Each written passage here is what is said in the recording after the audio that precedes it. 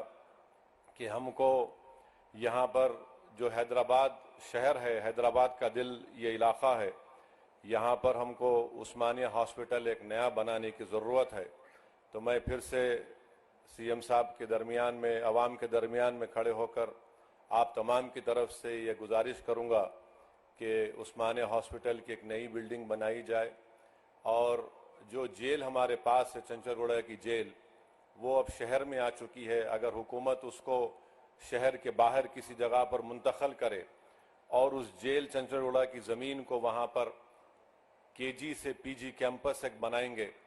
تو اہلیان حیدرآباد کے پارلیمانی حلقے کے لوگوں کو ایک بہت بڑا اس سے فائدہ ہوگا، اور ہمارے اس پیٹلا برج پر ایک سٹی آرم ریزرو ہے،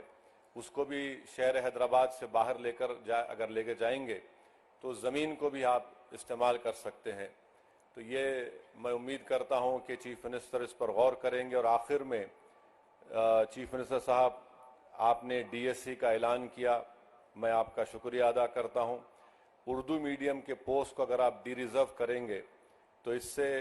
جو بچے اس ڈی ریزرو اگر نہیں کریں گے تو کئی پوسٹ خالی جائیں گے۔ جو کانسٹیٹیوشنل پروویژن ہے اس میں ریزرویشن کرنا پڑتا ہے۔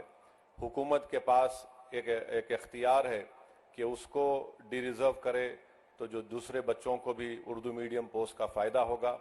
اور آج چیف منسٹر حلقہ اسمبلی کاروان میں 20 کروڑ کی لاگت سے ایک ٹیمرس کے اسکول کی بلڈنگ کا بھی افتتاح کیے، میں اس کا بھی شکریہ ادا کرتا ہوں، اور ہم وزیر اعلیٰ سے امید کرتے ہیں کہ آپ ان تمام کاموں کی طرف آپ نظر ثانی کریں گے۔ اور مجلس اتحاد المسلمین کی جانب سے میں یہ وعدہ کر رہا ہوں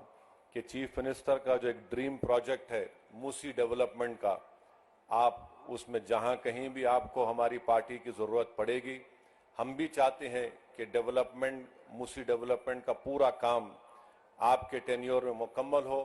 تاکہ یہاں کی عوام کو ایک بہت بڑا اس سے فائدہ ہوگا، اکنامک پروگریس ہوگا، یہاں پر خوشحالی آئیں گی، پراسپیرٹی آئیں گی۔ اور ابھی ہم کو NVS ریڈی صاحب CM کے سامنے بتائے کہ نہ صرف یہاں پر میٹرو کا اسٹیشن بنے گا،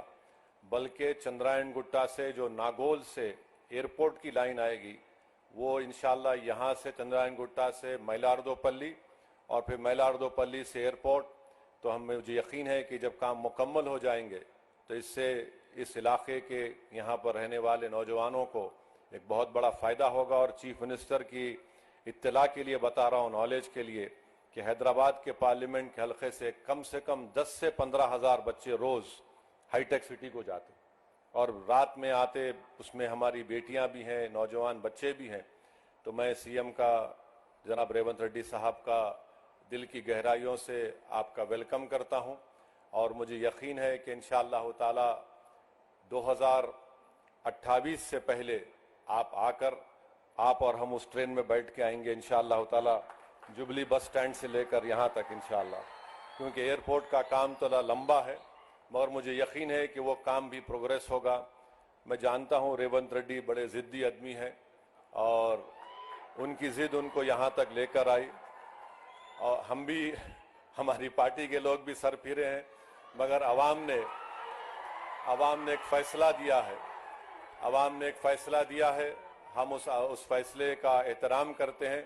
اور ریونت ریڈی صاحب، آپ پورے آرام سے 5 سال کام کریے،